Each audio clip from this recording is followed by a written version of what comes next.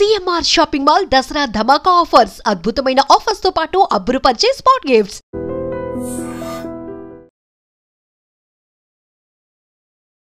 Hi Mahindra గారు. Hello Manjusha గారు. ఏంటండి ఓపెన్ చేస్తే మీరే కనబడుతున్నారు. మరి ఈ సీజన్ బిగ్ బాస్ ఎలా ఉంది? ప్రతిదీ బాలేదు. ఇట్లాగా కంటెస్టెంట్ ఈ రోజు ఇలా ఉండి ఇంకో రోజు ఇలా ఉండి ఒక పర్సన్ మీద మీరు అది రివ్యూ ఇవ్వాలి అన్నా, ఒక ప్రోగ్రామ్ మీద రివ్యూ ఇవ్వాలన్నా, ఒక ఫిలిం మీద రివ్యూ ఇవ్వాలన్నా అంత ఈజీ టాస్క్ కాదు. అంటే బిగ్ బాస్ కి అయితే ఒక కైండ్ ఆఫ్ ఐడియాలజీ ఉంటుంది, మూవీస్ కి అయితే ఒక ఐడియాలజీ ఉంటుంది, క్రికెట్ కి అయితే ఒక ఐడియాలజీ ఉంటుంది.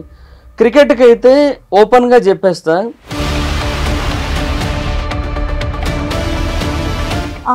పర్సనల్ గా కూడా మనల్ని టార్గెట్ చేసే వాళ్ళు నెంబర్ ఆఫ్ పీపుల్ ఉంటారు. ఒక యూట్యూబర్ ఉన్నాడు, యాక్చువల్లీ అతని మీద ఒక కేసు ఫైల్ అయింది, పెద్ద కేసే. ప్రాపర్ ఇన్ఫర్మేషన్ అనేది పబ్లిక్ కి ఈ డిజిటల్ ఇస్తుందని మీరు అనుకుంటున్నారు? యాక్చువల్గా జెన్యూన్ ఇన్ఫర్మేషన్ కంటే మిస్లీడింగ్ ఇన్ఫర్మేషన్ ఎక్కువైపోతున్న ఫీలింగ్ వస్తుంది.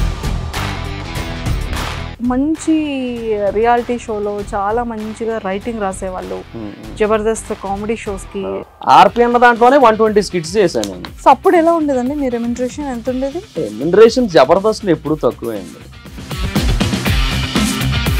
రమేష్ అన్న వచ్చి మహేందర్ నేను తీస్తావు నీకు తెలీదా అన్నారు. నువ్వేం పెద్ద పట్టించుకో, ఫీల్ కావు కదా అందుకే చెప్పలేదు నీకు అన్నారు. యూట్యూబ్ రెవెన్యూ ఎలా వస్తుంది? పర్లేదండి, బాగానే వస్తుంది. అంటే మంత్కి ఒక 2 lakhs అబౌవ్ వస్తుంది. హాయ్ మహేంద్ర గారు. హలో మంజుష గారు. ఏంటండి ఓపెన్ చేస్తే మీరే కనబడుతున్నారు. ప్రతి ఛానల్లో ప్రతి ఇంటర్వ్యూలో కనిపిస్తున్నారు. ఇంకా వస్తున్నాయి ఫోన్లు. ఇంకా యాక్చువల్గా ఇంకా ఒక 7 ఎన్నో అయ్యాయి ఇప్పటి వరకు. బట్ ఇంకొక 10 ఎన్నో ఫోన్లు మెసేజ్లు అలా ఉన్నాయి. బట్ ఇంకా టైం కుదరట్లేదు. సో ఎందుకే ఆపాను, లేదంటే ఇంకో 10-15 ఛానల్లో చూద్దరు మీరు. నిజంగా చూస్తున్నాము, చాలా చాలా బాగుంది. అండ్ నేను మహేంద్ర గారు పర్సనల్గా చెప్పాలి అంటే ఐ థింక్ 60,000 ఫాలోవర్స్ ఉన్నప్పటి నుండి నేను మిమ్మల్ని చూసా యూట్యూబ్ 1 million దగ్గరలో. సో నేను అంటే లైక్ మీ ప్రతి రివ్యూ అండ్ ప్రతి వీడియోస్ చాలా బాగా ఇస్తారు. కానీ బిగ్ బాస్ గురించి కూడా రివ్యూస్ చేస్తుంటాను. మరి ఈ సీజన్ బిగ్ బాస్ ఎలా ఉంది? ఏదో యాజ్ ఆఫ్ నౌ అంటే ఇప్పటికైతే 4 days అయ్యింది. దీన్ని బట్టి అయితే మాత్రం అంతంత మాత్రంగానే ఉంది. అంటే ఏమో అండి, కంటెస్టెంట్స్ ఏంటంటే ఒకరిద్దరు వరకు ఓకే, ఈ రోజు బెటర్ అనిపిస్తున్న వాళ్ళు రేపు డిజాస్టర్ అయిపోతున్నారు. ఇంకా ఆ తర్వాత డిజాస్టర్ అనుకున్న వాళ్ళు మరుసటి రోజు ఏదో ఒక విషయంలో కొద్దో గొప్ప పర్లేదు అనిపించినా కూడా ఎప్పుడు కూడా మిక్స్డ్ ఒపీనియన్స్ రాకూడదు కంటెస్టెంట్స్ మీద. అంటే ఒక కంటెస్టెంట్ మీద ఒక సీజన్లో ఒక ఒపీనియన్ ఫామ్ అయిందంటే త్రూ అవుట్ ద సీజన్ అదే ఒపీనియన్ని ఆ కంటెస్టెంట్ క్యారీ చెయ్యగలిగితేనే ఆ షో హిట్ అవుతుంది, అంటే ఆ సీజన్ హిట్ అవుతుంది. మీరు సీజన్ 2 చూసుకోండి, కౌశల్ గారు సీజన్ స్టార్టింగ్లో ఆయన మీద ఏదైతే ఒపీనియన్ ఫామ్ అయిందో అదే ఒపీనియన్ సీజన్ ఎండింగ్ వరకు ఉంది. సీజన్ 3 తీసుకోండి, శ్రీముఖి గారు కావచ్చు లేదంటే రాహుల్ గారు కావచ్చు, వీళ్ళిద్దరి మీద ఏదైతే ఒపీనియన్ ఫామ్ అయిందో అదే ఒపీనియన్ లాస్ట్ వరకు ఉంది. Abhijeet and Akhil same from the beginning to ending same ఉంది. Sunny same beginning to ending. Shanmukh and Siri కూడా అదే జరిగింది రండి. ఇంకా మనం దాని గురించి ఎక్కువ డిస్కస్ చేసుకోవద్దు. అంటే అది వాళ్ళ పర్సనల్ లైఫ్లను కూడా ఎఫెక్ట్ చేసిన టైంలో ఇంకా మనం మాట్లాడుకోకపోతేనే బెటర్. సీజన్ 6 ఒక్కరు కూడా అలా లేరు, అట్టర్ ఫ్లాప్ అయింది సీజన్. సీజన్ 7 మళ్ళీ స్పై వర్సెస్ పా, వాళ్ళు బిగినింగ్ నుంచి అలాగే ఉన్నారు, వీళ్ళు బిగినింగ్ నుంచి అలాగే ఉన్నారు. అమర్దీప్ అదే కొంచెం కన్ఫ్యూజన్తో ఉన్నాడు బిగినింగ్ నుంచి. శోభా ప్రియాంక అదే నోరేసుకొని పడిపోయే సిచ్యువేషన్ నుంచి ఉన్నారు. శివాజీ గారు అదే తెలివి, పల్లవి ప్రశాంత్ అదే ఏమంటారు స్ట్రాటజీ, అదే ఎవరు అదే ఏమంటారు కొంచెం యాంగ్రీనెస్, బాగా యాంగర్ మేనేజ్మెంట్లో 0 అన్నట్టు అదే కంటిన్యూ అయింది. ఒక కంటెస్టెంట్ ఒక దగ్గర మొదలయ్యి అలాగే ఎండింగ్ వరకు వెళితేనే సీజన్ హిట్ అవుతుంది, లేదంటే అవ్వదు, ఫట్ అవుతుంది. ఇప్పుడు సంజన గారి మీద ఒక రోజు ఒక ఒపీనియన్ వచ్చి ఈ రోజు ఇంకొక ఒపీనియన్. అసలు యాక్చువల్లీ వీక్ అంతా నిన్నటి వరకు చూస్తే ఒక డిఫరెంట్ ఉండేది. ఆ ఒక్క గుడ్డుతోనే ఆవిడ కంప్లీట్ గేమ్ నే టర్న్ అయిపోయింది.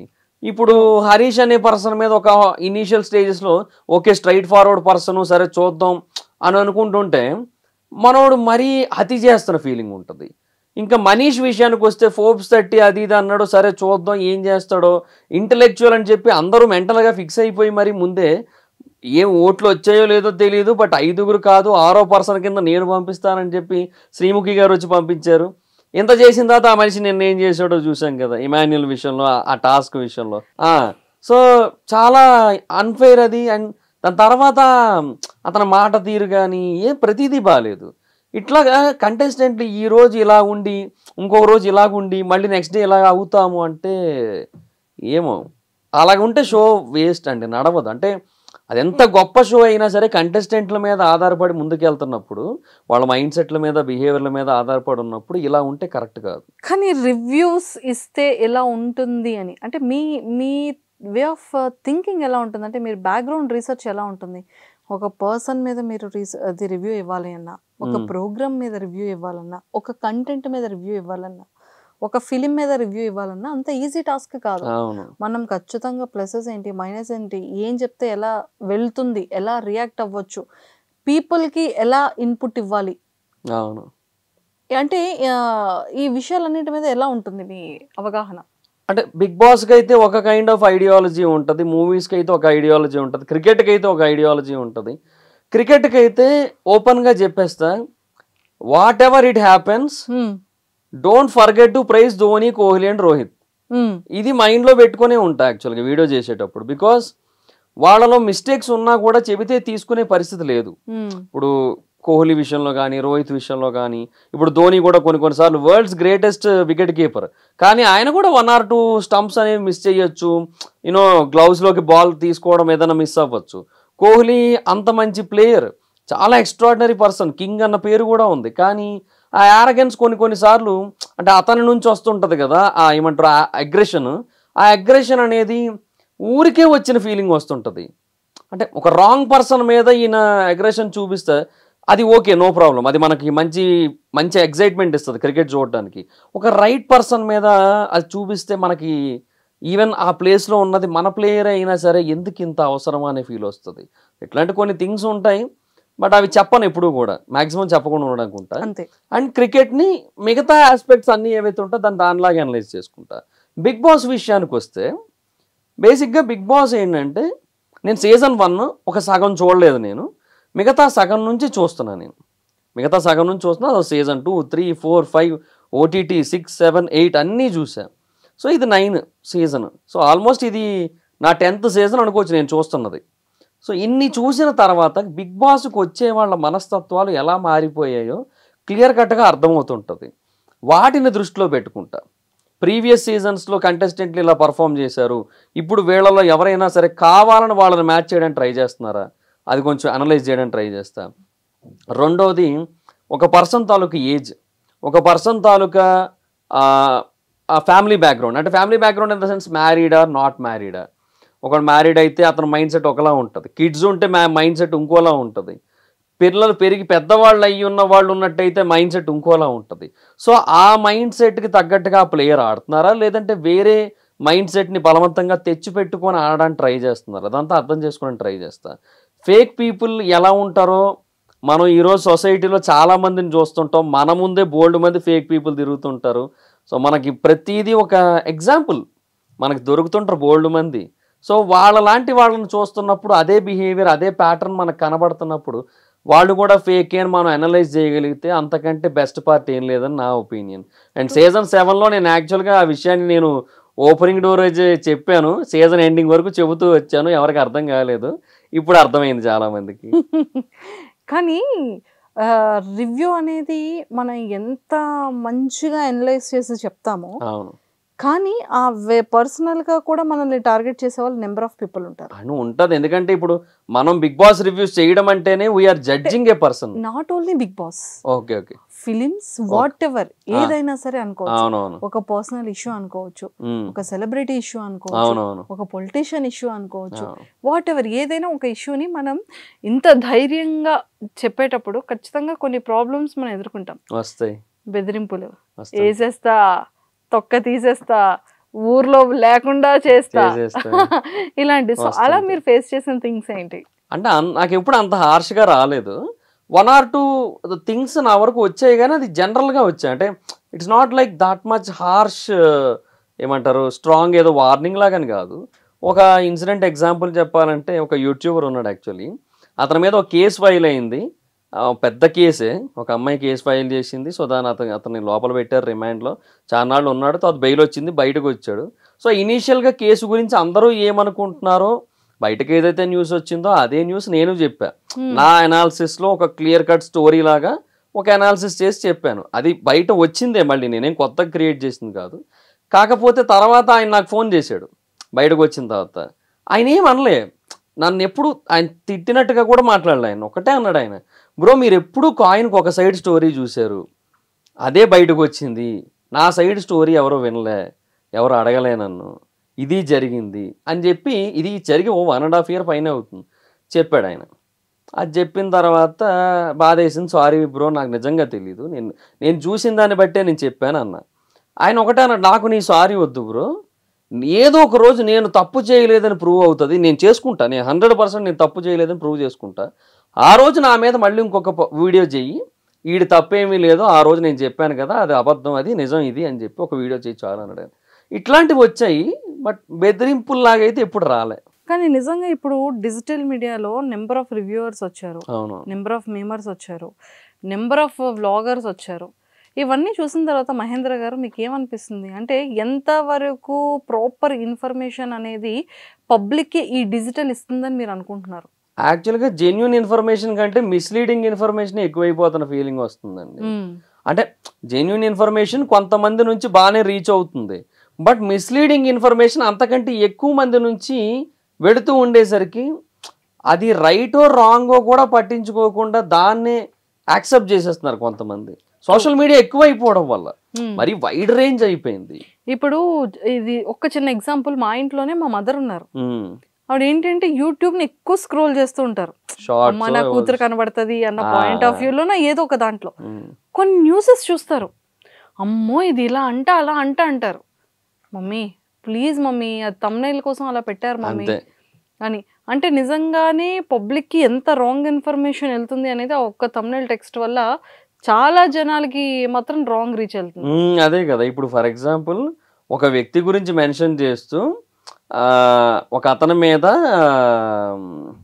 ఏదో ఒక ఫేక్ అలిగేషన్ పడింది, ఏదో క్రైమ్ చేశాడని చెప్పి, అది దానికి జెన్యున్గా తమ్నైల్ పెడితే ఏమని అర్థమవుతుంది? ఓకే అతను ఏం చెయ్యలేదు అన్నట్టుగా ఫేక్ అలిగేషన్ అని చెప్పి అర్థమవుతుంది.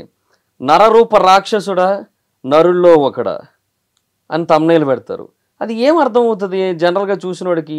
నరరూప రాక్షసుడు ఎందుకు పెట్టాడు, అది ఏదో చేసే ఉండబట్టే కదా, అదేమో అనుకుంటారు. ఇంకా అట్లా ఉంటుంది, మిస్లీడింగ్ తమ్నైల్స్ ఉంటాయి, కంప్లీట్గా మ్యాటర్ ఒకటి ఉంటుంది, వేరే రకంగా ఉంటాయి.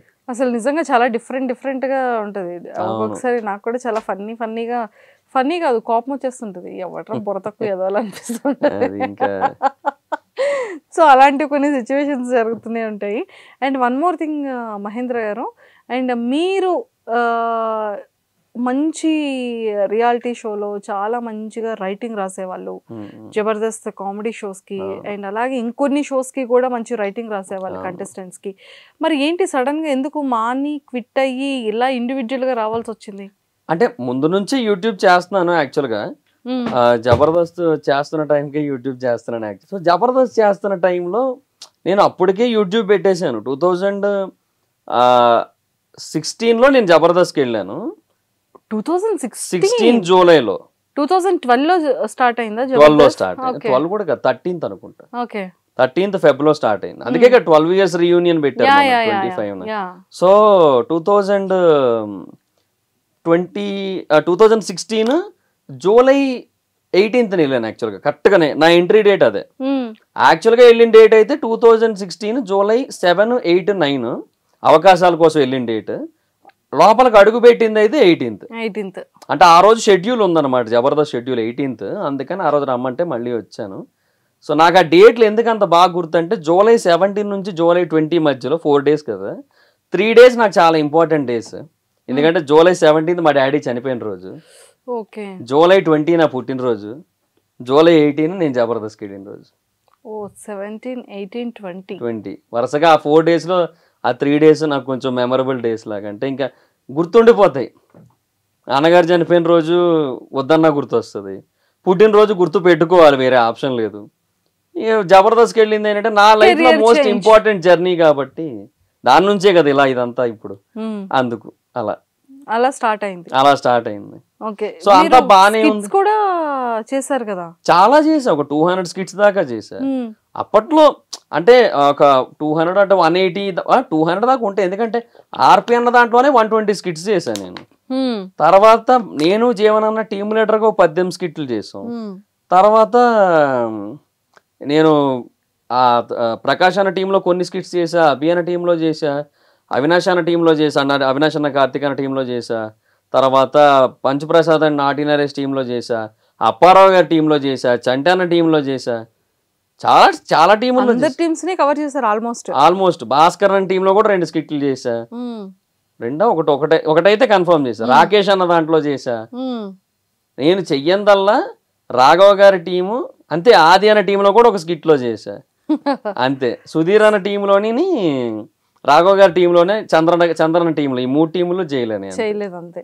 ఓకే, సో అప్పుడు ఎలా ఉండేదండి మీ రెమ్యునరేషన్? ఎంత ఉండేది? రెమ్యునరేషన్ జబర్దస్త్లో ఎప్పుడు తక్కువే అండి. అంటే అందరికీ కాదు, మా లెవెల్ పొజిషన్ వాళ్ళందరికీ తక్కువే. నాకు ఇనీషియల్ డేస్ లో అందరూ స్కిట్కి 1000 ఇచ్చారు. ఆర్పిఎన్ కూడా ఒక 60-70 స్కిట్స్ వరకు 1000 ఇచ్చారు. ఆ తర్వాత రిమైనింగ్ స్కిట్స్ ఆయన దగ్గర ఒక 120 వరకు చేశాను నేను. సో దానికి మిగతా వాటికి 2000 ఇచ్చారు ఆయన. నేను టీమ్ లీడర్గా చేసిన నాకు ఒక 5000 మిగిలేది పెర్ స్కిట్. అంటే నాకు జీవనాన్ని కలిపి 10,000 మిగిలేది. అందులో ఒక 5,000 తీసుకునేవాళ్ళం ఆ టైంలో, అప్పట్లో. సో అసలు ఎలా అంటే ఇన్కమ్ సోర్స్ అంత తక్కువ ఉండేటప్పుడు ఎలా మీ లైఫ్ స్టైల్ ఎలాగా రొటేట్ అయ్యేది?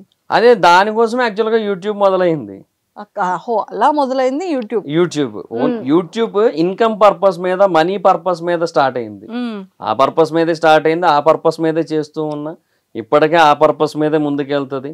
నన్ను కొంతమంది తిడుతుంటారు, సోది లేకుండా ఒక ముక్కలో అంటావు, 8-10 నిమిషాలు వీడియోలు పెడుతుంటావు అని. బట్ 8 minutes దాటితేనే మనకి ఇన్ బిట్వీన్ యాడ్స్ పడతాయి.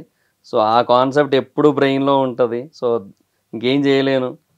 సో 8 minutes లాగాలి, 8 minutes మినిమం.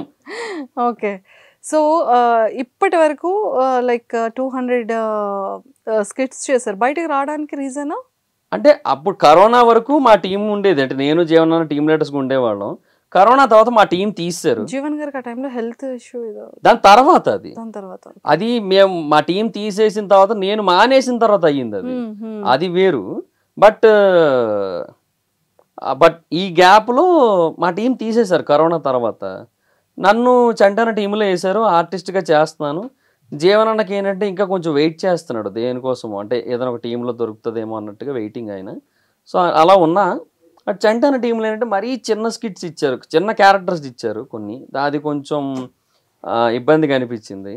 ఆ తర్వాత టీం మారుతానని అని చెప్పి రమేష్ గారి టీంలోకి వెళ్ళాను. ఆయన టీంలోకి వెళ్ళిన తర్వాత అక్కడేమో ఒక షెడ్యూల్ చేశాక ఆల్ ఆఫ్ ఎ సడన్ మరుసటి షెడ్యూల్ నేను ప్రాక్టీస్కి వెళ్ళిపోయిన తర్వాత అక్కడికి వెళ్ళిన తర్వాత రమేష్ అన్న వచ్చారు. వచ్చి మహీధర్ నేను తీస్తాను, నీకు తెలీదా అన్నారు. నాకు తెలీదన్నా, మీరు చెప్పలేదు కదా అంటే, డైరెక్షన్ డిపార్ట్మెంట్ చెప్తానన్నారు, అందుకే చెప్పలేదన్నారు. సరే అని అక్కడ ఒక ఆయన ఉంటారు డైరెక్షన్ డిపార్ట్మెంట్లో, ఆయన దగ్గరికి అడిగితే అదే శాంతి కుమార్ గారు వెళ్ళిపోయారు కదా, మళ్ళీ వచ్చారు ఆయన.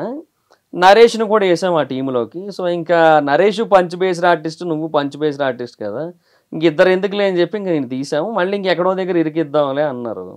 మరి నాకు చెప్పాలి కదన్నా, ఇప్పుడు నేను డైరెక్ట్గా వెళ్ళిపోయాను అక్కడ, అందరి ముందు నేను తీసేసావు నీకు తెలీదా అంటే, దానికి బదులు నేను ఫోన్ చేసి ఇంకెవరినైనా కనుక్కొని రావాలో వద్దో ఆలోచించుకొని అసలు రాకపోయినా పర్లేదు కదా నాకు. లేదంటే అప్పుడు యూట్యూబ్ స్కిట్లు అని చెప్పి కొన్ని స్కిట్లు చేసేవారు, అవి యాక్చువల్గా తర్వాత ఫేస్బుక్లో అప్లోడ్ చేశారు. ఆ ఫేస్బుక్ స్కిట్లు అని చెప్పి యూట్యూబ్లో చేశారు, నాకు గుర్తులేదు ఎగ్జాక్ట్గా. బట్ ఏదో ఒకటి, ఈ రెండిట్లో ఏదో ఒక ప్లాట్ఫామ్ కోసం స్కిట్లు చేసేవారు సెపరేట్గా. సో ఆ స్కిట్ల కోసమైనా వచ్చేవాడిని, డైరెక్ట్గా అక్కడే ఉండేవాడిని ప్రాక్టీస్ దగ్గర. ఇదంతా ఎందుకు అంటే, అదే నువ్వేం పెద్ద పట్టించుకోవు, ఫీల్ కావు కదా, అందుకే చెప్పలేదు నీకు అన్నారు.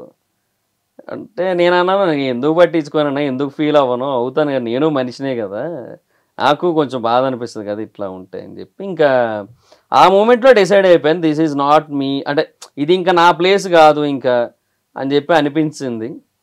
అది ఈగో కాదు, అది సెల్ఫ్ రెస్పెక్ట్ అని కూడా అన్నాను నేను. ఎందుకో బాధ వేసింది అంతే ఆ మూమెంట్లో. అంటే మరీ అంత లీస్ట్ ఇంపార్టెన్స్ అన్న ఫీల్ ఉంటుంది కదా, సో ఆ టైంలో ఇంకెందుకు పోనీ 200 పోనీ మనం ఏమైనా పోనీ నిన్నగా మొన్న వచ్చి ఇంకా స్ట్రగ్లింగ్ పొజిషన్లో అయితే లేం కదా, 200 స్కిట్లు చేసాం, అందులో టీమ్ లీడర్కి 18 చేసాం కదా. సో కొద్దో గొప్ప ఉండుంటే బాగుండు కదా అన్న బాధ, అంతే. ఆ బాధతోనే బయటకు వచ్చేసాను నేను. కీర్తి గారి దగ్గరికి వెళ్ళాను, సార్ టీమ్ లీడర్ ఇస్తే ఉంటాను లేదంటే వెళ్ళిపోతాను సార్ అన్నాను. 3 రోజులు టైం ఇవ్వన్నారు. 3 రోజుల తర్వాత లేదు మా ఇద్దరు ఛాన్స్ లేదు ఇప్పుడు ప్రస్తుతానికి అయితే అన్నారు. సరే అని వచ్చేసాను. అక్కడితో స్టాప్ అయింది. అక్కడతో ఆ జబర్దస్త్ జర్నీ అయిపోయింది. కామెడీ స్టార్స్ ఒక 1 year తర్వాత ఎప్పుడో స్టార్ట్ అయింది అది. దాంట్లో ఒక అవినాష్ అన్న దాంట్లో ఒక 3 స్కిట్లు చేశాను. తర్వాత అవినాష్ అన్నకి ఏంటంటే కొంచెం అంటే వాళ్ళ బ్రదర్ అజయ్ ఉన్నారు కదా, తను కూడా వచ్చాడు అక్కడికి. ఆ జబర్దస్త్ లేదు ట్రై చేసేవాడు అప్పటి వరకు, కానీ తను కూడా వచ్చాడు. ఇంకా అంటే ఇద్దరం ఒకటే ఏజ్ గ్రూప్, నేను అజయ్ ఇద్దరం ఒకటే. సో అలాగా ఇద్దరం ఒకటే ఏజ్ గ్రూప్ వాళ్ళు ఉంటే వర్కౌట్ కాదు కదా అని చెప్పి, ఎంత కాదన్నా తమ్ముడే అట్లా అయ్యింది. అలా అక్కడతో బ్రేక్ అయిపోయింది. అది అక్కడ బయటకు వచ్చాను. తర్వాత ఫన్ బకెట్ బార్గా ఉన్నాడు కదా, ఇప్పుడు ఇక్కడ బయటలో వెళ్ళండి. బట్ తనకి ఒక 3 స్కిట్లు రాశాను తన టీంకి, అంతే. ఇంకా తర్వాత నాకు ఓన్లీ రైటర్గా కంటిన్యూ అవ్వమంటే ఇంకా నా వల్ల కాక వచ్చేసాను అంతే. Oh my god. తర్వాత ఇంక కంప్లీట్గా వైజాగ్ వచ్చేసినట్టున్నారు. వచ్చాను ఇంకా అంటే ఒక 6 months or 8 months తర్వాత డైరెక్ట్ వైజాగ్ వచ్చేసాను. ఇంకా అమ్మయ్య, మన ఇంట్లో మనం ప్రశాంతంగా కూర్చొని మనకు కావాల్సింది ఏదైనా మనం చేసుకోవచ్చు. లేదంటే యూట్యూబ్ రివ్యూస్ ఎలాగో ఎక్కడి నుంచైనా చేయొచ్చు కదా. అప్పుడు రివ్యూస్ చేస్తూ ఉండేవాడిని, మూవీ రివ్యూస్, ఇప్పటికీ చేస్తున్నా. సో అది ఎక్కడి నుంచైనా చేసుకోవచ్చు కదా, వైజాగ్ అయితే ఏముంది ఇదైతే ఏముందని. మహిదర్ గారు స్ట్రైట్ వేలో క్వశ్చన్, స్ట్రైట్ గా ఆన్సర్ ఇవ్వాలి. ఎప్పుడైనా సరే బాలేని ఫిలిం కి కూడా చాలా అద్భుతంగా ఉంది అన్న రివ్యూస్ ఇచ్చారా? అంటే బాలేని ఫిల్మ్కి చాలా అద్భుతంగా అని చెప్పను, బట్ మరీ ఒకవేళ డిజాస్టర్ అయితే ఫ్లాప్ అని చెప్పడం, ఒకవేళ ఫ్లాప్ అయినట్టయితే ఇది యావరేజ్ అన్నట్టుగా కొంచెం. అంటే డిపెండ్స్ ఆన్ ద ఏమంటారు దాని స్కేలు, దాని బడ్జెట్. అప్పుడప్పుడు అంటే తెలియకుండా ఒక కన్సర్న్ వస్తుంది, ఎందుకంటే ఇండస్ట్రీ బాగుంటేనే కదా మనం కంటిన్యూ అయ్యేది, మనం బాగుండేది. ఇండస్ట్రీ బాగోకపోతే ఇంక ఎండ్ ఆఫ్ ది డే సినిమాలే లేవనుకోండి, ఇంక రివ్యూలు ఎక్కడి నుంచి వస్తాయి, షార్ట్ ఫిల్మ్లకి చేసుకోవాలి ఇంకా. సో అందుకని ఆ కన్సర్న్ తో కొంచెం పాజిటివ్ రివ్యూస్ కొంచెమే ఏదో 1%. ఇప్పుడు ఫర్ ఎగ్జాంపుల్ నేను మొన్న కూడా ఒక దగ్గర చెప్పా. సో ఆదిపురుషుని ఎగ్జాంపుల్ తీసుకుంటే, నాకు ఆ సినిమా థియేటర్లో చూసినప్పుడు ఎందుకో అస్సలు చాలా బ్యాడ్గా అనిపించింది, బట్ కొంచెం బ్యాడ్గా చెప్పా, అలా అనమాట. ఆ వెర్షన్ ఉంటుంది. చాలా బ్యాడ్గా అనిపించింది కానీ కొంచెం బ్యాడ్గా అంటే మెజర్స్తో చెప్పారు. అంటే నేను బేసిక్గా చాలామంది ఏమంటారంటే review is an opinion of individual అంటారు, కానీ నా దృష్టిలో రివ్యూ అంటే రివ్యూనే, ఒపీనియన్ కాదు. ఒపీనియన్ అనేది అది చాలా విషయాలు ఇన్ఫ్లుయెన్స్ చేస్తాయి ఒపీనియన్ మీద. ఆ రోజు పొద్దున నువ్వు టిఫిన్ తినకుండా వెళ్ళి ఉండొచ్చు, ఇంటర్వెల్ కరెక్ట్గా మంచి సీన్ వస్తుంటాయి, నీకు ఆకలేసి కడుపులో మొత్తం ఏదో ఇబ్బందిగా అనిపించి ఆ సీన్ నువ్వు సరిగ్గా ఎంజాయ్ చేయలేక నీకు అది నచ్చకపోవచ్చు, అదైనా జరగవచ్చు. అంటే పొద్దున్న ఇంట్లో ఏదైనా గొడవ అయ్యి ఆ గొడవ ఎఫెక్ట్ పడవచ్చు, లేదంటే వాట్ ఎవర్ ఇట్ ఈస్ ఆ పర్సన్ తాలూకు ఫ్రస్ట్రేషన్స్, లేదంటే ఇండివిజువల్ ఒపీనియన్, ఇండివిజువల్ ఇష్టాలు ఉంటాయి. కొన్ని జోనర్స్ అంటే ఇష్టం ఉంటుంది కొంతమందికి, సో వాటికి ఏమో ఆటోమేటిక్గా నచ్చేస్తాయి. కొన్ని జోనర్స్ నచ్చవు, అవేమో ఎంత బాగున్నా చిరాగ్గా అనిపిస్తాయి. ఇవన్నీ కూడా ఒపీనియన్స్, వీటన్నిటిని దృష్టిలో పెట్టుకొని చెబితే. అలా కాకుండా ఒక మూవీని అనలైజ్ చేసి ఇది ఈ జోనర్లో వచ్చింది, దీనికి ఎంతవరకు కరెక్ట్గా తీశారు వీళ్ళు, ఎంతవరకు ఎంగేజింగ్గా ఎంటర్టైనింగ్గా తీశారు. మూవీ ఈజ్ ఫర్ ఎంటర్టైన్మెంట్ అండి నా దృష్టిలో. 2.5 గంటల ఎంటర్టైన్మెంట్ కోసం వెళ్తారు సినిమాకి, దాని నుంచి ఏదో నేర్చుకోవాలని వెళ్ళరు, దాన్ని చూసి మనం చెడిపోవాలని వెళ్ళరు, బాగుపడాలని వెళ్ళరు. పుష్ప చూసి స్మగ్లర్లో అయిపోరు, గేమ్ చేంజర్ చూసి ఐపీఎస్లో ఐఏఎస్లో అయిపోరు. End of the day entertainment, engagement, అంతే. ట్రూ. వాటిలో ఎంతవరకు ఆ సినిమా సాటిస్ఫై చేసిందనే చూసుకుంటా. లాజికల్ మ్యాక్సిమం ఎతకను, ఎందుకంటే మూవీ అంటేనే ఇల్లాజికల్.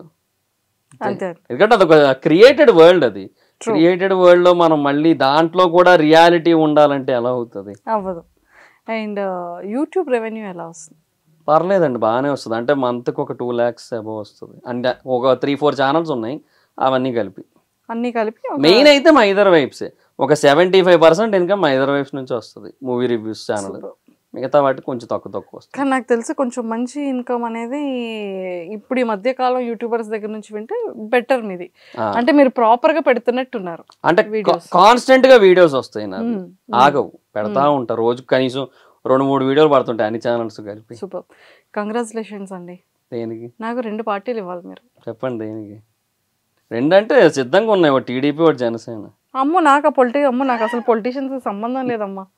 నాకు ఆ పార్టీస్ కాదు, నాకు మంచి గిఫ్ట్ కానీ మంచిది ఏదైనా స్వీట్స్ కానీ అలాంటివి తేవాలి కదా. దేనికి? మీరేం స్టార్ట్ చేశారు వైజాగ్లో? కేఫ్. ఏది మరి అక్కడ నుంచి ఏమైనా తెచ్చారా? కాఫీ తెద్దాం అనుకున్నాను, చల్లారిపోద్దని తేలేదు. పొడైనా తేవాలి కదా, ఇక్కడ పెట్టుకుంటాం కదా. అది చేయొచ్చు, నిజం. ఈ ఐడియా బాగానే ఉంది. యాక్చువల్గా ఫర్దర్గా ఇంకో ప్లాన్ ఉంది యాక్చువల్లీ.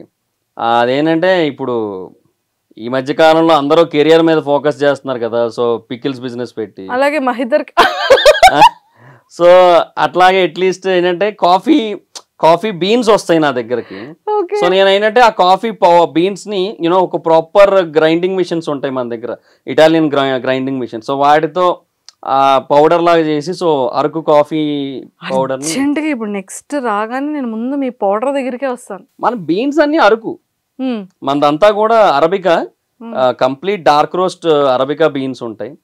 సో అసలు అంటే చాలా బాగుంటుంది, ఎందుకంటే రోబస్టా బాగా చేదు వస్తుంది, మన సైడ్ ఎక్కదు అది, అందుకే అరబికా అది ప్లాన్ చేస్తాం. సో ఫర్దర్గా దానికి పౌడర్ అది కూడా అంటే డిస్ట్రిబ్యూషన్ ప్లాన్ చేద్దామని ఉంది. వావ్, నాకు కూడా ఇస్తారా? నేను కూడా కెరియర్ లో ఎదగాలనుకుంటున్నాను. అదే తప్పకుండా మనం ఫోకస్ చేయాలి, ఇలాగే ఉండిపోతున్నాం. గ్రాండ్ లాంచ్ 2.0లో ఎంతమంది కంటెస్టెంట్స్ వైల్డ్ కార్డ్ గా వెళ్తున్నారు మహిదర్ గారు ఇప్పుడు చెప్పబోతున్నారు. 5 people. ఇప్పుడు ప్రస్తుతానికి 2 కన్ఫర్మ్ అయ్యారు. ఎవరెవరు? శ్రీతేజ్ సింగరును ఈవిడ, అంతే. ఇంకొక 3 members ఎవరెవరు అనుకుంటున్నారు? వస్తారండి, ఇంకా ఈ కామనర్స్ లోంచి ఒకరిని మళ్ళీ తెచ్చే ప్రయత్నం చేస్తున్నారు. ఒక్కరు ఎవరు అనుకుంటున్నారు? ఏమో నాగా అనుకుంటున్నాను. నాగా విషయంలో బాగా ఇంజస్టిస్ జరిగిందని చెప్పి సోషల్ మీడియా మొత్తం కోడే కూసింది కదా ఆ రోజు. సో అందుకని నాగాని ఏమైనా తీసుకొస్తారేమో అనుకుంటున్నాను నేను. సో మిగతా 2 మరి ఇంకా వాళ్ళకే తెలియాలి. ఇంకా లాస్ట్ మినిట్ వరకు వాళ్ళు సెలెక్ట్ చేయరండి, ఇలా ఫైనలైజ్ చేస్తూ ఉంటారు. పండు మాస్టర్ కానీ లేదంటే అంటే డాన్సర్ సైడ్ నుంచి ఒకరిని ఎప్పటి నుంచో అనుకుంటున్నారు, వాడది ఏమో వెళ్ళిపోయారు కదా. వెళ్ళారు, బట్ స్టిల్ అంటే ఒక మెయిల్ కంటెస్టెంట్ కూడా ఉంటే జోడీ లాగా బాగుంటుంది అన్నట్టు, అంటే కపుల్ డాన్సెస్ చేయడానికి అట్లా అలా ఏమో ఉండొచ్చు. ఇంకా జబర్దస్త్ నుంచి ఇంకొకరిని అనుకుంటున్నారని విన్నాను, తెలియదు మరి, ఇంకా వాళ్ళ ఇష్టం. అంటే మహిదర్ గారు అందరూ ఓకే, మిమ్మల్ని పిలవలేదా లేక మీరు వెళ్ళడం లేదా? అంటే పెద్ద కమ్యూనికేషన్ లేదు నాకు వాళ్ళకి. యాక్చువల్గా అంటే నేను చేసేది కొన్ని వాళ్ళకి నచ్చవు, యాక్చువల్లీ వాళ్ళకి నచ్చవు నేను చేసేది. సో అందుకే నేను కూడా నచ్చను. అంటే ఇప్పుడు నేను ప్రోమో ఉంది, for example opening day grand launch promo ఉంది, భరణి గారిది చైన్ గుర్తుందా, సీన్ ప్రోమోలో చూపించారు, డ్రామా గుర్తుందా? ఇది పట్టుకెళ్ళకపోతే నేను బయటికి వెళ్ళిపోతా, కావాలంటే ఇంటికైనా వెళ్ళిపోతా, కానీ నేను ఇది లేకుండా బిగ్ బాస్ హౌస్లోకి వెళ్ళనని ఆయన అన్నారు. నేను ఏమని చెప్పా వీడియో రివ్యూలో, ప్రోమో రివ్యూలో క్లియర్గా చెప్పేశా, మీరు ఏదైతే చూస్తున్నారో అది నిజం కాదు. బీబీ టీం ఆల్రెడీ ఆయనకు చెప్పింది, ఏమని చెప్పింది, మీరు అది లేకపోతే నేను లోపలికి వెళ్ళను అని మీరు చెప్పండి. నాగార్జున గారు బిగ్ బాస్తో అడిగినట్టుగా అడిగించి ఇది పట్టుకెళ్తానంటే అసలు మిమ్మల్ని అలౌ చేయము, మీరు మీ ఇంటికి వెళ్ళిపోవాల్సి ఉంటుందని మేము చెప్తాం, అయినా సరే నేను వెళ్ళిపోతానని మీరు చెప్పండి, సరే అని వెళ్ళిపోండి, తర్వాత మళ్ళీ మేము పిలుస్తాము, మీరు వస్తారు, మీరు వచ్చి లోపలికి దాంతోనే వెళ్తారు, బట్ ఇదంతా ప్రోమో కోసం మనం ఒకటి స్టఫ్ క్రియేట్ చేద్దామని చెప్పి వాళ్ళు చేశారు. నేను అది ఎపిసోడ్ టెలికాస్ట్ కాకముందే చెప్పేశాను నేను ప్రోమో చూసి, ఎందుకంటే నాకు తెలుసు షోస్ ప్యాటర్న్ ఎలా ఉంటుందో. సో ఇది వాళ్ళకి నచ్చదు కొంతవరకు. ఎంత హట్ అయి ఉంటారు. అదే అంటే అది ట్రేడ్ సీక్రెట్స్ కిందకి వస్తాయి కదా, ముందుగా గెస్ట్ చేసి అలా రివీల్ జనాలకి ఒక ఇది నేను ఒక్కడనే కాదు అందరూ గెస్ట్ చేస్తారు రివ్యూవర్స్ లో.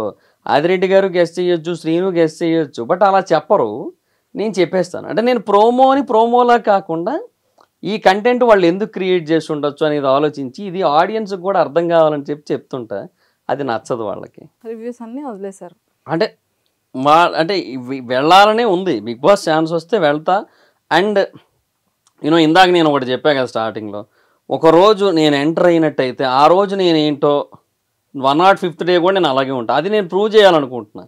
కానీ వాళ్ళకే కొంచెం ఎందుకు ఈడెందుకు మళ్ళీ ఇప్పుడు లోపలికి రాకపోతేనే ఇలా చెప్తున్నాడు, వస్తే ఏడు పరిస్థితి, ఇలాంటి క్వశ్చన్స్ ఉంటాయి కదా వాళ్ళకి కూడా. వాళ్ళది తప్పని నేను అనలేను, నా మైండ్ సెట్ నేను మార్చుకోవాలని చూస్తూ ఉన్నా. మేబీ కొద్ది రోజులు టైం తీసుకొని అయినా సరే మార్చుకొని ఒకవేళ బిగ్ బాస్ షోలాగే చూసి షోని రియాలిటీ షో కదా అని చెప్పి రియాలిటీ ఏంటో ముందే చెప్పేయకుండా అలా ఉండడానికి ట్రై చేస్తున్నాను. అదేమన్నా మారితే వాళ్ళు ఏమైనా కన్సిడర్ చేయొచ్చేమో. సూపర్. ఇప్పటి వరకు చూసిన కంటెస్టెంట్స్ లో వీళ్ళు బెస్ట్ అని అనిపించే కంటెస్టెంట్స్ ఎవరైనా ఉన్నారా? ఇప్పటి వరకు ఇమాన్యుల్ ఉంటాడండి ఆబ్వియస్లీ. ఎందుకంటే యాజ్ అన్ ఎంటర్టైనర్గా తను 100% ఇస్తాడు. అండ్ టాస్క్లు కూడా ఇప్పుడు నిన్న ఇచ్చిన టాస్క్లో కూడా తను ట్రై చేశాడు. బట్ అది స్టార్టింగ్లోనే బిస్కెట్ అయిపోయిన తర్వాత తను ఏదైతే పాయింట్అవుట్ చేయాలో అది బాగా పాయింట్అవుట్ చేశాడు. అండ్ మనీష్ చేసిన మిస్టేక్ అనేది క్లియర్గా ఎక్స్పోజ్ చేశాడు, అదొకటి. తర్వాత 2 రోజుల పాటు 3 రోజుల పాటు అది గార్డెన్ క్లీన్ చేసేది ఇచ్చారు కదా పాపం, అవన్నీ స్ప్రే చేసి అవన్నీ చాలా కష్టపడి చేశాడు.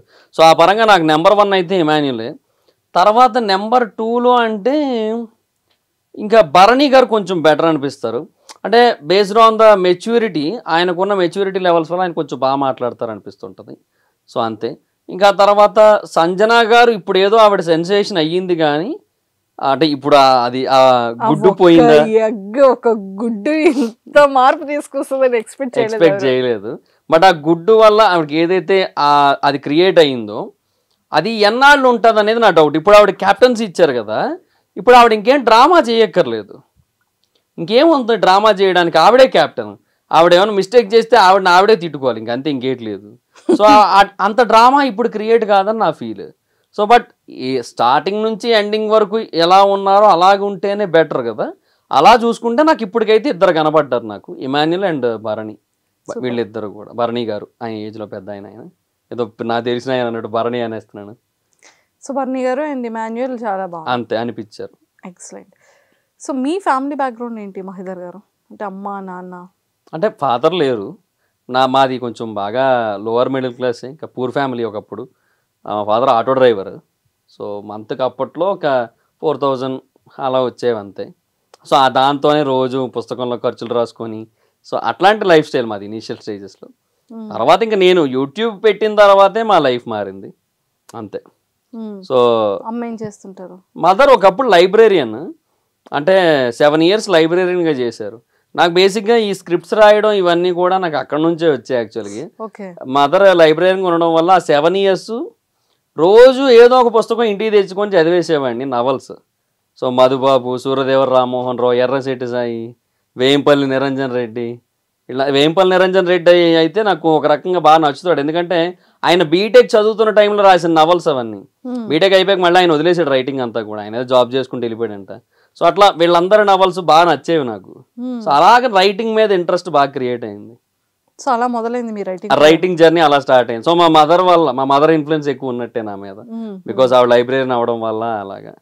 సో బ్రదర్స్ అండ్ సిస్టర్స్ ఎవరు లేరు, ఒక్కడనే సోలో. సో అంటే నాన్నగారు ఎలాగా చనిపోయారు? అంటే హెవీ డ్రింకింగ్, బాగా టూ మచ్.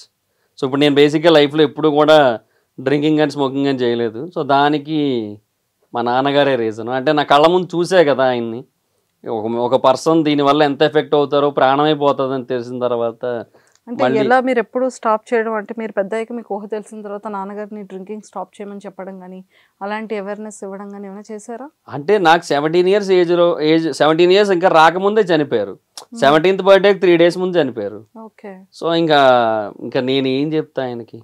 సో ఇంకా అంటే ఒకటి ఇనీషియల్గా ఫస్ట్లో చాలా ఎక్కువ తాగేవారు, తర్వాత టీబీ ఎఫెక్ట్ అయింది. వాల్తేరులో టీబీ హాస్పిటల్ ఉంటుంది, దాన్ని తీసుకెళ్ళారు, మా అమ్మ తీసుకెళ్ళేది, ట్రీట్మెంట్ ఇచ్చారు, తగ్గింది, చాలా వరకు తగ్గింది, చాలా హెల్తీ అయ్యారు. మళ్ళీ లైట్గా కొంచెం తాగేవారు, బట్ అంత ఎఫెక్ట్ చేసేంతలాగా అయితే లేదు. కానీ మా అన్నయ్య చనిపోయారు.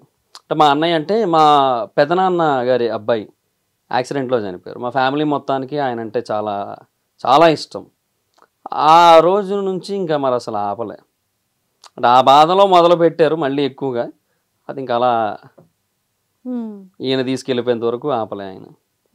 మా పెదనాన్న వాళ్ళ అబ్బాయి అన్నయ్య, మా డాడీకి ఇంకొక అన్నయ్య కూడా ఉన్నారు, మా చిన్న పెదనాన్న. ఆయన మా డాడీ 2 రోజుల గ్యాప్లోనే చనిపోయారు. ఓకే.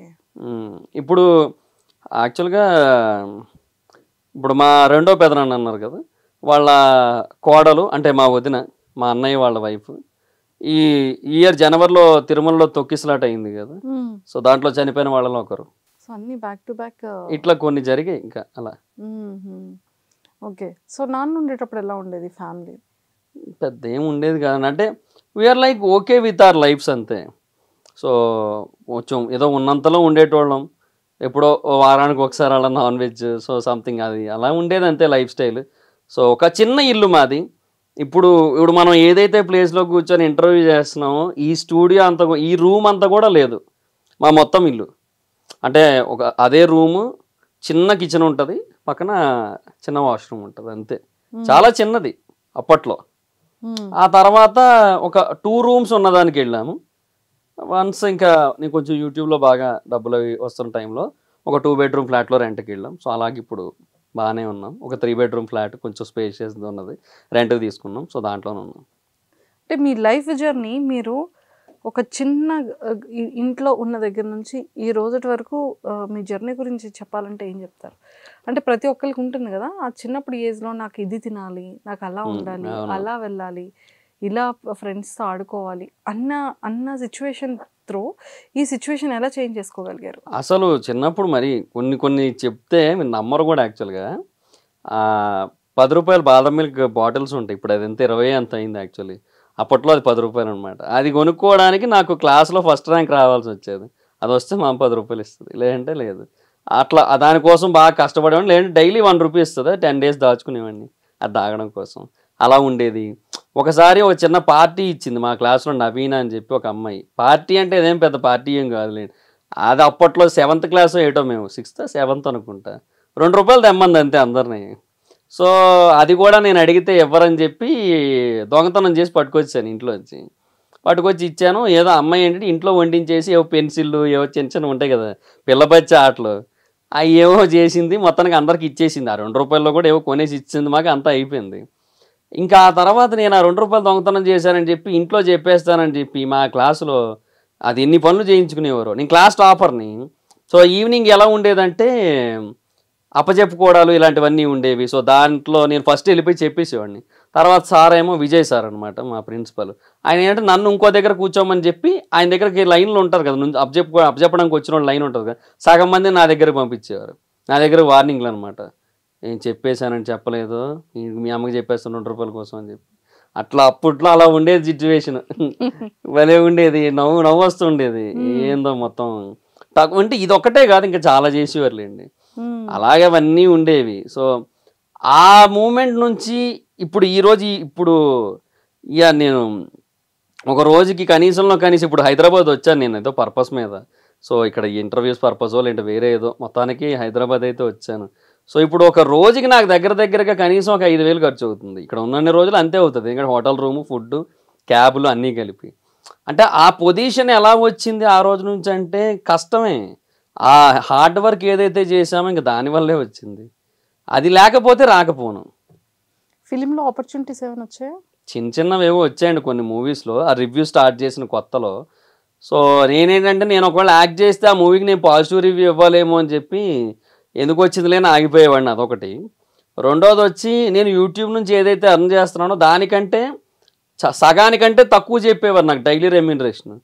ఇక దానికోసం ఇప్పుడు ఇక్కడ ఇంట్లో ఏసీలో కూర్చొని వీడియోలు చేసుకుంటున్నాను, అక్కడ ఎండల్లోకి వెళ్ళిపోయి మాడిపోయి దీనికంటే సగం కంటే తక్కువ తెచ్చుకోవడం ఎందుకు, ఇంట్లోనే ప్రశాంతంగా ఉంది కదా అని చెప్పి ఇంకా వెళ్ళలేదు నేను.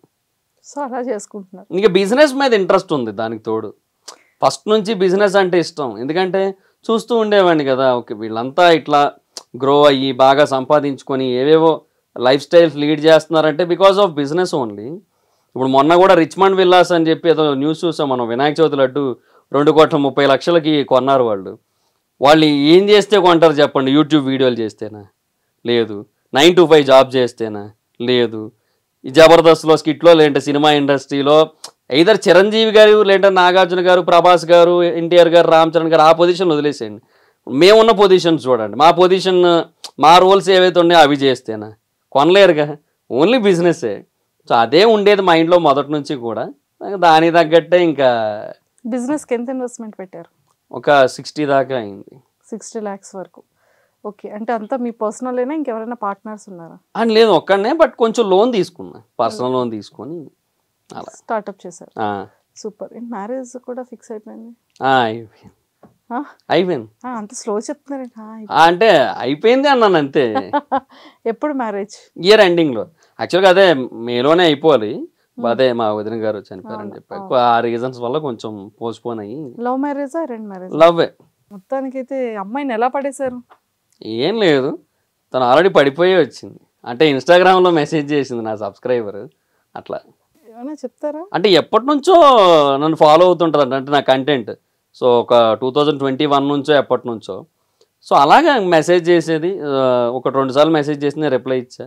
అది కొంచెం కొంచెం అలా మాట్లాడుకునేవాళ్ళం. సో ఒకసారి కలిసాం. తనది వైజాగ్, అంటే ఒక ఎడ్యుకేషన్ పర్పస్ మీద వైజాగ్లో ఉంది. సో రాజమండ్రి అమ్మాయి. అలా అన్నమాట. కొంచెం అలా మాట్లాడుకొని సరే ఓకే ఇద్దరం బాగానే సింక్ అయ్యాం కదా, ఓకేలే అన్నట్టుగా మ్యారేజ్ చేసుకుందాం అలా అనుకున్నాం. ఓకే. ఎప్పుడు ఇంట్లో చెప్పారు? అది అనుకున్న వెంటనే చెప్పేసాం. ఇంకా అనుకున్న వెంటనే చెప్పేశారు. ఇంకెందుకని చెప్పేసి. సూపర్. సో మొత్తానికైతే ఎండ్కి మ్యారేజ్కి వెళ్ళాలైతే రావాలైతే. సో డిజిటల్లో బాగా క్లోజెస్ట్ ఫ్రెండ్స్ ఎవరు ఉన్నారు? యూట్యూబర్స్ లో కానీ చాలా మంది ఉంటారు, ఇన్ఫ్లుయెన్సర్స్ లో కానీ మీకు బాగా ఒక్కొక్క కేటగిరీలోని నాకు తెలిసిన వాళ్ళు ఫ్రెండ్స్ అన్న వాళ్ళు చాలా మంది ఉన్నారు. మీ బిజినెస్ కి సపోర్ట్ చేస్తున్నారా? చేస్తారు. యాక్చువల్గా నేనే ఇంకా ఇప్పుడు ఇది అంతా అయిపోయి మళ్ళీ వైజాగ్ వెళ్ళిన తర్వాత, బ్యాక్ టు వైజాగ్ అయిన తర్వాత కొంతమందిని పిలుద్దామని చూస్తున్నా. విఆర్ రాజా, క్రాంతి బ్లాగర్, ఇట్లా వీళ్ళందరినీ కూడా. వాళ్ళందరూ ఎప్పటి నుంచో వద్దామనే ఉన్నారు. వాళ్ళందరూ కూడా ఇంకా చాలామంది ఉన్నారు వైజాగ్ లోకల్ ఇన్ఫ్లుయెన్సర్స్ కానీ, సో ఫుడ్ బ్లాగర్స్ కానీ, టేస్టీ తేజ కానీ, బేసిక్గా మా జబర్దస్త్ నుంచే కదా తను కూడా. సో నాకు మంచి ఫ్రెండ్ ఫస్ట్ నుంచి కూడా, సో బాగా క్లోజ్. సో తన ఫస్ట్ వీడియో కూడా మా ఇద్దరిదే ఉంటుంది యాక్చువల్లీ. అలా అనమాట. తను వస్తా అన్నాడు. ఇట్లా యూట్యూబర్స్ నుంచి ఉంది బిజినెస్కి సపోర్ట్ ఉంటుందండి. ఫ్రెండ్స్ చాలా మంది ఉన్నారండి యూట్యూబర్స్లో కానీ. మీరు ఎక్కువగా ఎవరిని ఫాలో అవుతారు? ఎవరంటే చాలా ఇష్టం మీకు ఇన్ఫ్లుయెన్సర్స్ యూట్యూబర్స్ లో? కేటగిరీస్ అండి, అంటే ఇప్పుడు వాట్ ఎవర్, ఏ కేటగిరీ అయినా పర్వాలేదు. ఫ్యాక్ట్స్లో అయితే నేను విఆర్ రాజా అండ్ క్రాంతి బ్లాగర్ వీళ్ళ ఎక్కువ వీడియోస్ చూస్తాను. ఎందుకంటే మేము అందరూ ఒక గ్రూప్ ఉంది యాక్చువల్లీ. మేము అందరం ఒక గ్రూప్లో ఉంటాం. సో మాకు ఏమైనా యూట్యూబ్ రిలేటెడ్ ఏమైనా డౌట్స్ వచ్చినా కూడా మేము మాట్లాడుకుంటాం. సో అందులో ఎన్బి షో తెలుగు, నరేష్ బుకియా గారు, ఇంకా చాలామంది ఉంటారు అందులో. సో ఒక 10-15 మంది ఫ్యాక్ట్ యూట్యూబర్స్ ఉంటారు. అరుణ్ సూర్యతేజ, విక్రమాదిత్య అంటే నాకు యాక్చువల్గా చాలా ఇష్టం. వీళ్ళందరికంటే నాకు వాళ్ళే ఇష్టం actually. But now days Arun ఎక్కువ వీడియోలు చేయట్లేదు, విక్రమాదిత్య గారు ఆ వీడియోలు చేయట్లేదు. విక్రమాదిత్య నాకు చాలా ఇష్టం. చాలా అసలు నాకు యూట్యూబ్కి ఆయనే ఇన్స్పిరేషన్. అసలు నేను ఆయన్ని చూసే యూట్యూబ్ పెట్టింది నేను యాక్చువల్లీ, సూపర్ ఫ్యాక్ట్స్ రిలేటెడ్గా. బట్ ఇప్పుడు ఆయన కంటెంట్స్ చేయట్లేదు. ఫుడ్ ఎందుకు చేయట్లేదండి విక్రమాదిత్య గారు? అదేలేండి, అది చెయ్యట్లేదు అంటే అది ఉంది, ఆయనకు ఒక రీజన్ ఉంది యాక్చువల్లీ. సో అది ఏదో ఒక రోజు ఆయనే రివీల్ చేస్తారు. మాట్లాడాను యాక్చువల్గా దీనికోసం. ఆయన చాలా రేర్గా యూట్యూబర్స్తో మాట్లాడతారు, అంటే విక్రమాదిత్య గారు. మాట్లాడాను, బట్ ఫర్దర్గా ఏదో ఒక రోజు ఆయనే రివీల్ చేస్తారు ఖచ్చితంగా. అరుణ్ ఎందుకు చేయడంటే తెలీదు. సో వీళ్ళిద్దరూ చెయ్యట్లేదు కాబట్టి తర్వాత నేను ఇంకా ఎవరు ఎక్కువ చేస్తున్నారంటే ఇంకా వీళ్ళే కదా. సో నాకు అందులో వీళ్ళిద్దరు అంటే బాగా ఇష్టం. విఆర్ రాజా, క్రాంతి బ్లాగర్, తెలుగుబడి, వీళ్ళంతా కూడా నా ఫ్యాక్ట్ యూట్యూబర్స్ ఫ్రెండ్స్. ఇంకా ట్రావెలింగ్లో అయితే అన్వేష్ గారు బాగా పరిచయం. అన్వేష్ గారు బాగా తెలుసు. తర్వాత ఇంకా టెక్లో అంటే ప్రసాద్ గారితో రెగ్యులర్గా మాట్లాడుతూ ఉంటాను. అంటే నాకు ఏదన్నా డౌట్స్ ఉంటే, నాకు ఏదైనా సార్ ఇట్లా నాకు ఒక మొబైల్ కొనాలి, ఒక ట్యాబ్ కొనాలి, ఏది కొనాలంటారు అంటే ఆయన సజెస్ట్ చేస్తుంటారు. మొన్న కూడా మెసేజ్ చేసి ఆయనకి, ఇట్లా ఒక మొబైల్ కావాలండి నాకు, ఏ మొబైల్ తీసుకోమంటారు, నాది ఫోన్ పాత పగిలిపోయింది ఒకటి. ఏం చెప్పారు? కొన్ని మొబైల్స్ చెప్పారు నాకు, ఈ బడ్జెట్లో అయితే ఇంత అని. లేదు నాకు ఈ జీబీలో ఈ బడ్జెట్లో కావాలని అడిగాను. అయితే ఒక 10 days ఆగండి, సెప్టెంబర్లో సేల్ ఉంది, సెప్టెంబర్ 23rd ఆ టైంకి సేల్ ఉంది, అప్పుడు ఆగండి అని చెప్పారు. అప్పుడు అప్డేట్ చేస్తా అన్నారు. సో ఇట్లా ప్రసాద్ గారితో అప్పుడప్పుడు టచ్లో ఉంటా. సాయికృష్ణ గారితో మాట్లాడుతుంటాను అప్పుడప్పుడు. సో సాయికృష్ణ గారు అంటే మా యూట్యూబర్స్ అందరికీ యూట్యూబర్ టైప్, ఆయనతో మాట్లాడుతుంటా. ఇంకా తర్వాత హర్ష సాయి గారితో మాట్లాడుతూ ఉంటా. ఇంకా చాలామంది ఉన్నారు యూట్యూబర్స్లో తెలిసిన వాళ్ళు. అంటే ఇంకా చెప్పాలే కానీ బోల్డ్ లిస్ట్ ఉంటుంది యాక్చువల్లీ. గేమర్స్ నటాషా గేమింగ్ తెలుసు, తర్వాత కార్తికేయట్స్ అని ఇంకొక యూనిక్ గేమర్ గారా, లేదా ఆయనతో పరిచయం లేదు. అంటే ఒక కామన్ పరిచయం ఉంది. ఆయన ఆర్కే తెలుగు గేమర్ అని ఒక ఆయనతో ఆడేవారు, నేను తనతో ఆడేవాడిని. గేమ్ ఆడతాను, నేను పబ్జీ ఆడుకుంటాను నేను కూడా, బట్ ఎప్పుడు లైవ్ పెట్టలేదండి. అట్లా పరిచయం, అంటే అలా ఒక మ్యూచువల్ ఉంటుంది తప్ప డైరెక్ట్గా ఎప్పుడు కూడా లేదు. సూపర్. సో మొత్తానికైతే ఇది ఒక సామ్రాజ్యం, బోల్డ్ మంది ఉన్నారు. ఎక్సలెంట్. మీ గోల్స్ అంటే మీ లైక్ మీ కోరిక ఏంటంటే ఫైనల్గా ప్రతి మనిషికి నేను ఈ పొజిషన్కి రావాలనో లేకపోతే నేను ఇది అవ్వాలనో ఉంటూ ఉంటుంది. సో అలా నాకు ఒక బ్రాండ్ బిల్డ్ చేయాలని ఉంది. దర్ఫీ అనేది లాంచ్ చేయడానికి కూడా అదే రీజన్ యాక్చువల్లీ. నేను వైజాగ్లో ఉన్నాను కాబట్టి నా హోమ్ టౌన్ వైజాగ్ కాబట్టి ఇంకా సరే అని వైజాగ్లో స్టార్ట్ చేశా. కానీ I want to expand this all over south India ఇనీషియల్గా. ఇంకా కుదిరితే ఆ తర్వాత ఆల్ ఓవర్ ఇండియా అని కూడా ఉంది. కానీ బట్ యాజ్ ఆఫ్ నా ఇది ఒకటి ఉంది. అంటే ఈ సౌత్ ఇండియాలోనే ఒక మంచి బ్రాండ్ బిల్డ్ చేసుకొని అది ఫ్రాంచైజ్ మోడల్లో దాన్ని బాగా ఎక్స్పాండ్ చేసి యూనో పీపుల్లోకి బాగా తీసుకెళ్ళి యూనో ఈ బ్రాండ్ క్రియేట్ చేసింది ఈ పర్సన్ అన్న ఫీల్ వచ్చి అండ్ దానికి కొన్ని స్పెషలైజేషన్స్ అయినా ఖచ్చితంగా మ్యాండేటరీగా ఉండేలా చూసుకొని అలా చేయాలని ఉంది. అండ్ ఒక ఇండివిజువల్ హౌస్ ల్యాండ్ తీసుకొని కట్టుకోవాలి, ఫ్లాట్ కాదు. అట్లా అదొకటి ఉంది. ప్రస్తుతానికి ఇవి రెండే. ఎక్సలెంట్. కారు ఉండేది ఒకప్పుడు, అది కొనేసాను, అయిపోయింది అంతే. మొత్తానికి అన్ని స్టెప్ బై స్టెప్ చేసుకుంటూ జాగ్రత్తగా వచ్చారు. అంతే. ఎక్సలెంట్. మహేందర్ గారు మంచి సక్సెస్ పొజిషన్కి వచ్చారు. అండ్ ఒక వ్యక్తి ఎప్పుడైనా సరే తన టార్గెట్ ఏంటి అనే దాన్ని బిలీవ్ చేసుకొని వెళ్తే కనుక కెరియర్లో మంచిగా సక్సెస్ అవుతారు. అండ్ మీ బిజినెస్ కూడా మంచి సక్సెస్ అయ్యి అండ్ మంచి ఫ్రాంచైజెస్ ఇచ్చి ఎంతోమంది యువతకి ఉపాధిని కల్పించాలని మనస్ఫూర్తిగా కోరుకుంటున్నాను. అదే అంటున్నా, అది it's like nots like unemployment, వాళ్ళే ఎంప్లాయర్స్ అవ్వాలనేది నా పాయింట్. సో దీని త్రూ ఈ ఫ్రాంచైజ్ మోడల్ త్రూ వాళ్ళు ఎంప్లాయర్స్ అయ్యి వాళ్ళే బిజినెస్ స్టార్ట్ చేసి వాళ్ళు ఇండివిజువల్గా ఉండి ఒకరి కింద పని చేయకుండా వాళ్ళు వాళ్ళ కంట్రోల్లోనే వాళ్ళు ఉంటూ ఇంకెవరి కంట్రోల్లో వాళ్ళు ఉండకుండా ఉండాలనేది నాకు ఒకటి బాగా ఉంది మైండ్లో. Super. And all the very best Mahender గారు. అండ్ వెరీ సూన్ మనం డిసెంబర్ తర్వాత కపుల్ ఇంటర్వ్యూ మనం ప్లాన్ చేస్తున్నాము. డెఫినెట్గా. And all the very best. Thank you so much. And nice talking to you. Thank you అండి. Same to you. And don't forget to subscribe to iDream. And for more videos, please subscribe to iDream. Please subscribe to iDream. Please subscribe iDream. And please subscribe to iDream. For more videos, subscribe to iDream.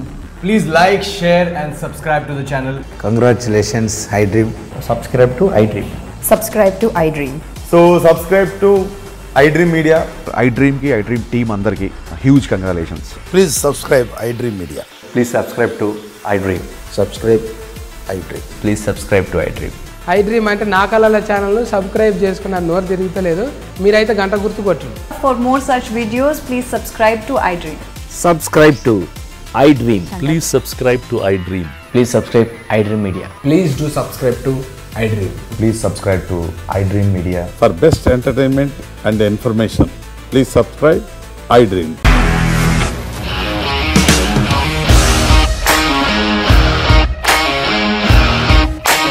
ఇండస్ట్రీలో commitment issues వస్తే నీకు కూడా వచ్చినట్టు morning తీసుకెళ్ళాడంటే కొట్టి పడేశాడు.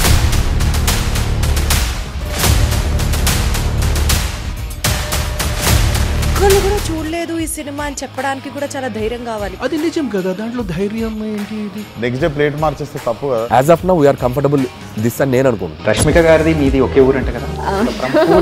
నీకు కోపం వచ్చిందంటే బాగా తిట్టేత్తరా? తిట్టేద్దామండి. నిజంగా గేమ్ ని ఎలా చేంజ్ చేయగలిగారు? ఏపీఎస్ఎఫ్సి వాళ్ళకి 6 నెలల్లో నేను 6 లక్షలు కట్టా. బిజినెస్ చేయాలనుకుంటే it is as difficult as riding a tiger.